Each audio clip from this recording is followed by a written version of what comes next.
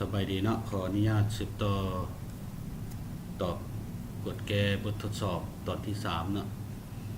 บททดสอบที่9หาที่11เนาะกับบททดสอบที่9ก็เป็นแข่งหัวพันเนาะแข่งหัวพันก็คือว่าเราว่าคำถามก็ลักษณะคล้ายๆคือกันเนาะมีแต่ว่าตั้งบนอยู่ตั้งตัวเลขมือหนึ่งว่าซะเนาะอาจารย์แล้วข้อที่1นะครับไปเก็บเงินค่าน้ำประปาก็ถือว่าวิสาหกิจได้ใช้น้ำมาแล้วหมายความว่าเป็นสิ่งที่เราได้สมใช้แล้วหรือรายจ่ายที่เราได้สมใช้แล้วดังนั้นเกิดเป็นรายจ่ายได้ตอนนี้ก็ถือว่าเป็นรายจ่ายเพิ่มแล้วก็หนี้สินเพิ่มเนาะมอบ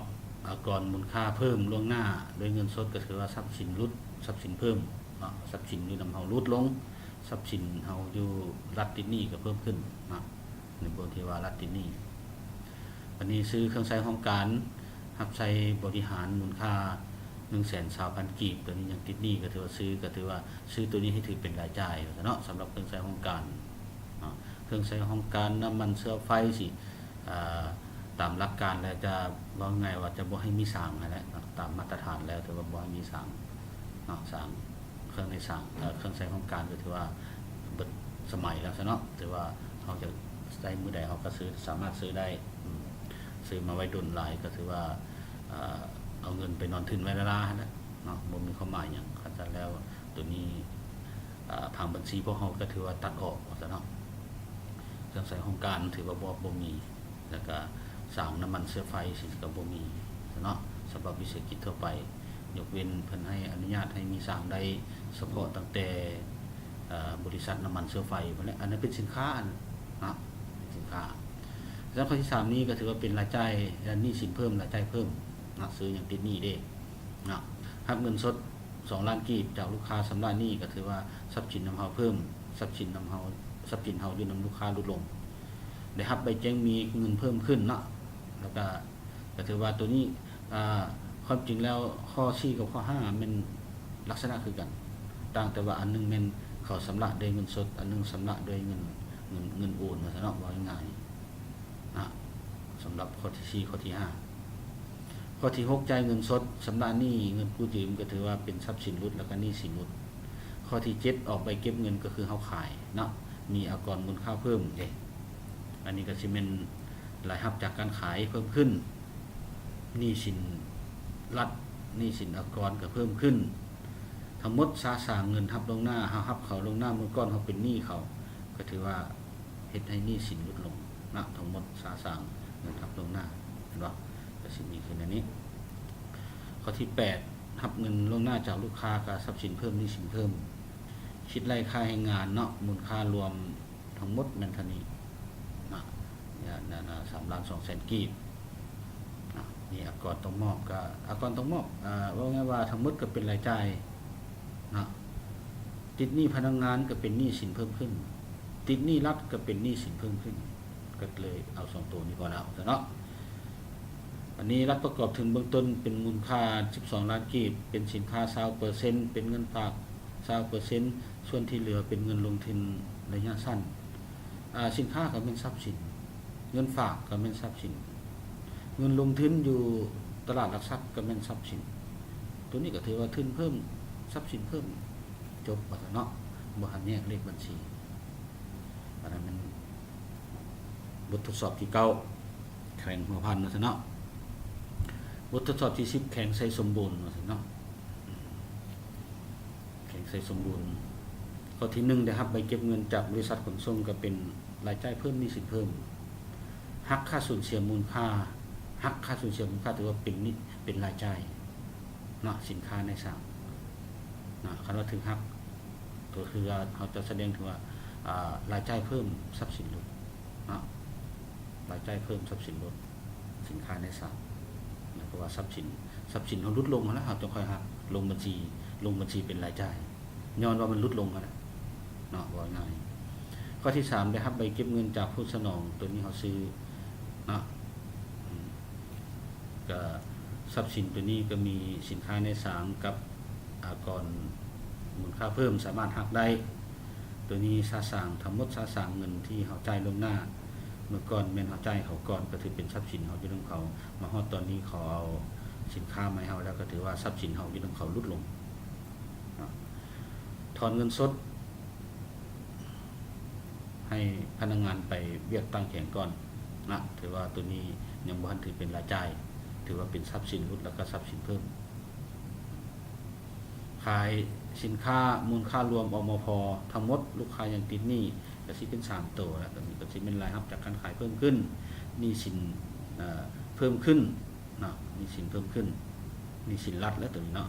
อันนี้ก็เป็นหนี้สินก็สิว่าลูกค้าติดหนี้ก็เป็นหนี้สินเพิ่มขึ้นนะเป็นหนี้สินเพิ่มขึ้น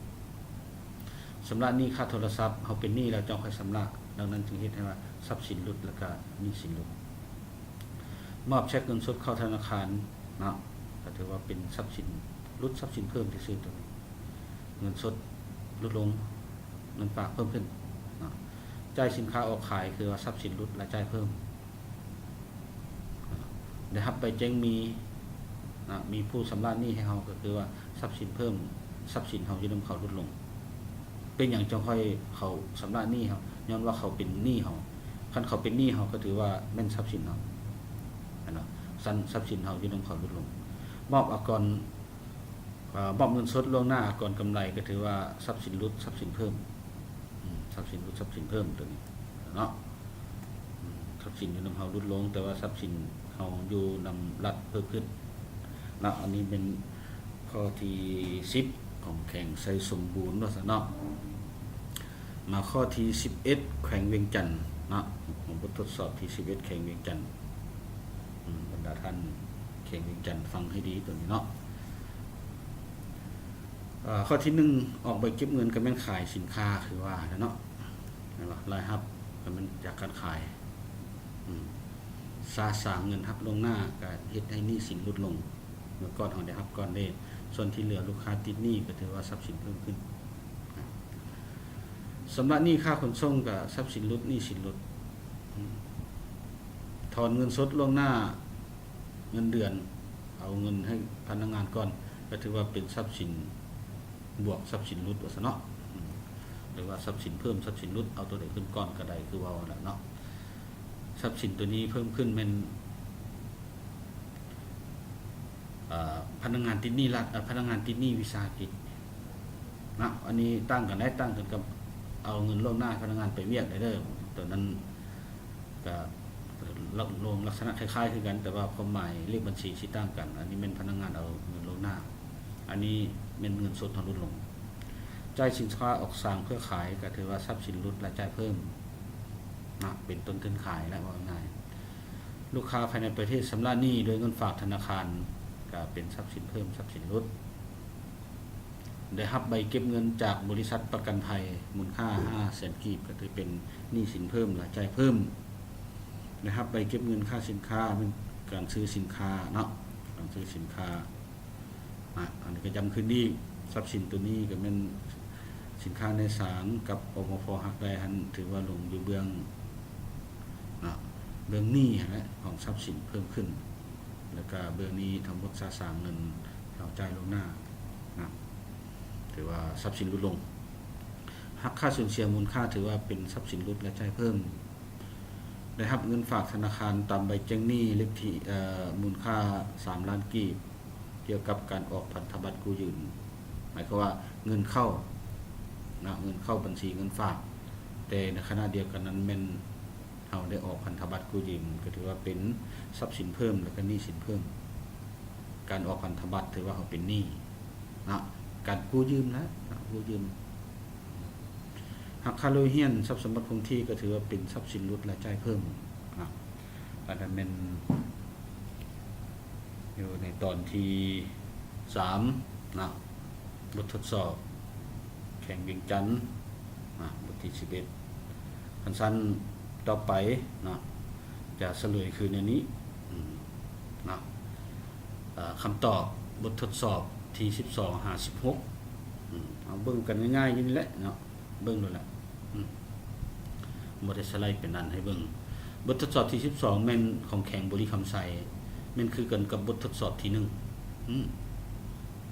แม่น คือกันกับบททดสอบที่1นะบททดสอบที่1มันของแข็งใดซะเนาะบททดสอบที่1ก็มันของแข็งพงศรีพุ่นแล้วนี่ของแข็งพงศรีบททดสอบที่13ของแข็งคำม้วนคือกันกับบททดสอบที่2ก็มันแข็งอุดมใส่เนาะคือแข็งอุดมใส่บททดสอบที่14แข็งสวรรณเขตก็คือกันกับบททดสอบที่3บททดสอบที่3ก็มันของครูอาจารย์สถาบันเศรษฐกิจการเงินนะคือกันแล้วก็ตามนี้แหละเอาง่ายๆเนาะที่ว่าบททดสอบที่15สารวัตรก็คือกันกับบททดสอบที่4บททดสอบที่4นี่ก็มันของแข็งบ่อแก้วบททดสอบที่16แข็งจำปาสักก็คือกันกับบททดสอบที่5ก็มันแข็งหลวงเฮาบางคือกันกับบททดสอบแข็งหลวงเฮาบางบททดสอบที่17แข็งเซกองก็คือกันกับบททดสอบที่6ของแข็งหลวงน้ำทาบททดสอบที่17แข็งเซกองก็คือจำปาสักคือกันกับแข็งหลวงเฮาบางเนาะแล้วก็เซกองคือกันกับหลวงน้ำทาขอโทษเด้อและบททดสอบที่18แข็งอัตตปือก็คือกันกับบททดสอบที่7แข็งชัยบุรีเนาะเป็นของแข็งชัยบุรีคือกันกับแข็งชัยบุรีอัตตปือกับแข็งชัยบุรีคือกันเนาะบททดสอบที่19เนาะบททดสอบที่19กับนครหลวงเวียงจันทร์คือกันกับบททดสอบที่8มันคือกันกับแข่งเชียงขวางนครหลวงคือกันกับแข่งเชียงขวางบททดสอบที่20เนาะวิทยาลัยการเงินภาคใต้คือกันกับบททดสอบที่9บททดสอบที่9ก็มันแข่งหัวพันวิทยาลัยการเงินภาคใต้ก็เป็นหัวบทเดียวกันกับแข่งหัวพันวิทยาลัยการเงินภาคใต้บททดสอบที่21วิทยาลัยการเงินภาคเหนือคือกันกับบททดสอบที่10ก็คือกันกับแข่งไซสมบูรณ์วิทยาลัยการเงินภาคเหนือคือกันกับบททดสอบที่10ก็คือไซสมบูรณ์บททดสอบที่22วิทยาลัยเทคนิคหลวงเฮาบางเดี๋ยวนี้เพิ่นมีผู้เดียวเนาะแต่ว่าเพิ่นก็ลองว่าสิเอากลุ่มเพิ่นเข้าน้ำตื้มเข้าน้ำตื้มก็คือกันกับบททดสอบที่11ก็แข่งเวียงจันทร์คือกันกับแข่งเวียงจันทร์เนาะวันนี้บททดสอบที่23แผนกนิติกรรมกรมบัญชีคือกันกับบททดสอบที่1นะคือกันกับบททดสอบที่1ก็เป็นแข่งพุงซารีมาแล้วหรือคือกันกับแข่งบริคำไสมี3หัวบทคือกันเนาะบททดสอบที่24แผนกคุ้มครองตรวจสอบอิสระกรมบัญชีคือกันกับบททดสอบที่2นะบททดสอบที่2นี่ก็เป็นแข่งอุดมไซหรือว่าแข่งคำมวลคือกันนะแข่งอุดมไซแข่งคำมวลคือกันแล้วก็บททดสอบที่25แผนกคุ้มครองบัญชีวิสาหกิจกรมบัญชีคือกันกับบททดสอบที่3ก็คือกันกับสถาบันเศรษฐกิจการเงินหรือว่าคือกันกับแข่งสวรรณเขตเนาะและสุดท้ายบททดสอบที่26แผนกคุ้มครองบัญชีแห่งรัฐกรมบัญชีคือกันกับบททดสอบที่4ก็เป็นแข่งบ่อแก้วเนาะหรือว่าคือกันกับแข่งสารวัตรเนาะอันนั้นเป็นคำตอบของบททดสอบอยู่ในหันคือว่าง่ายว่าอาจารย์ได้กดแก้ครบเบิดแล้วออกง่ายทาง26หัวบทแต่ว่ามีอันคือกันมีอันบ่คือกันทังสันแนวใดก็ตามมาซะเนาะมอบให้นักสัมมนากรทางสื่อออนไลน์นี้ก็อยากให้ศึกษาเบิ่งทั้งหมดนั่นแหละความจริงแล้วก็มีอยู่11หัวบทที่1หาบทที่11ก็ถือว่าครบแล้วซะเนาะก็อยากให้ศึกษา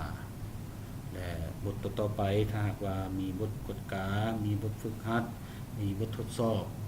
นะทางคณะรับผิดชอบในการฝึกอบรมก็ถือว่าเรียกร้องให้บรรดาท่านค้นคว้าเป็นหมู่คณะแล้วนะแล้วก็ส่งมาทางWhatsApp ส่วนตัวของอาจารย์ก่อนก็ได้เนาะเพื่อหยังก็เพื่อจะได้ปิ้นออกมาเป็นเอกสารอ้างอิงในการเก็บกำคะแนนเพื่อนำเสนอคันถึงว่าเราจะมีการออกใบยังยืนภายหลังเรียนสำเร็จเนาะแน่นอนแล้วก็คืออาจารย์ได้บอกในเบื้องต้นแล้วว่า คะแนนจะมีอยู่2ส่วนส่วนหนึ่งคะแนนมีส่วนร่วมในการค้นคว้าอยู่แต่ละกลุ่มกองหันคะแนนอันที่2เป็นคะแนนสอบเสียงตัวจริงเนาะภาคสอบเสียงตัวจริงเฮาค่อยลงกันตื้มว่าจะไปสอบเสียงอยู่แขวงหรือมาสอบเสียงอยู่นครหลวงเวียงจันทน์หรืออาจจะสอบเสียงเป็นจุดศูนย์กลางเช่นตัวอย่างว่าภาคเหนือก็อยู่วิทยาลัยการเงินภาคเหนือภาคใต้ก็อยู่วิทยาลัยนะการเงินภาคใต้นะภาคกลางก็อยู่สถาบันเศรษฐกิจการเงินสมมุติว่าแต่ว่าแน่นอนแล้วคันว่าต้องได้ออกไปยังยืนก็ต้องได้มีการสอบเสียงอันนั้นเป็นขั้นตอนที่ทางกรมบัญชีจะรายงานทางการนำกระทรวงก่อนว่าพวกเขาจะตั้งปฏิบัติละเอียดคือแนวใดเนาะสันมาวันนี้ข้าพเจ้าก็หวังว่าบรรดาท่าน